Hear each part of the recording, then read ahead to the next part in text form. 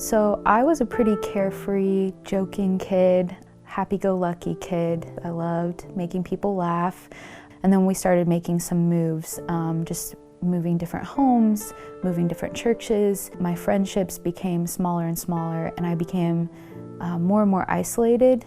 You know, I felt more and more responsibility at home, and then I just didn't have friends. And it got to a point where I felt like the black sheep in my family. I was totally different. I didn't have friends. I just started turning more and more inward.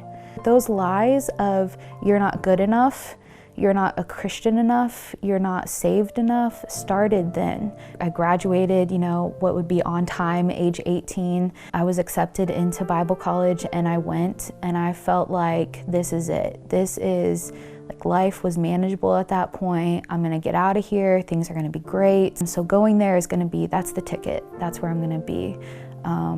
But we can't run away from what's inside of us. I had friends, but I felt like such an outsider still.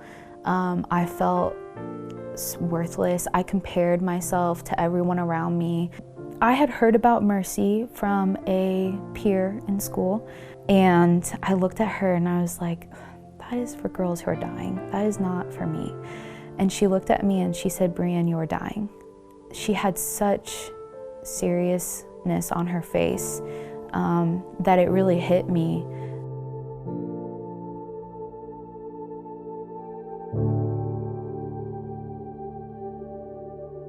I remember driving up the driveway.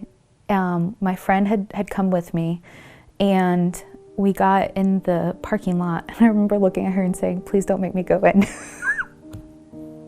Because I knew I needed to be here, but oh my goodness, that was the hardest thing. It's just the process, a slow process of transformation, that there is no one defining moment. It's a bunch of little moments that build up into where you turn around and you're like, wow, how did I get that far? So after Mercy, a mentor encouraged me to re-enter college at a full-time load. I thought for sure I'd be so behind, I'd graduate the next year. I had support, continued just to go after what I felt God had laid on my heart. So I was able to graduate with my bachelor's degree on time, and so to my surprise, I was accepted into graduate school, and I actually started graduate school a year to the day that I had graduated from Mercy. Graduated 2 years later as outstanding student, counseling student in my program.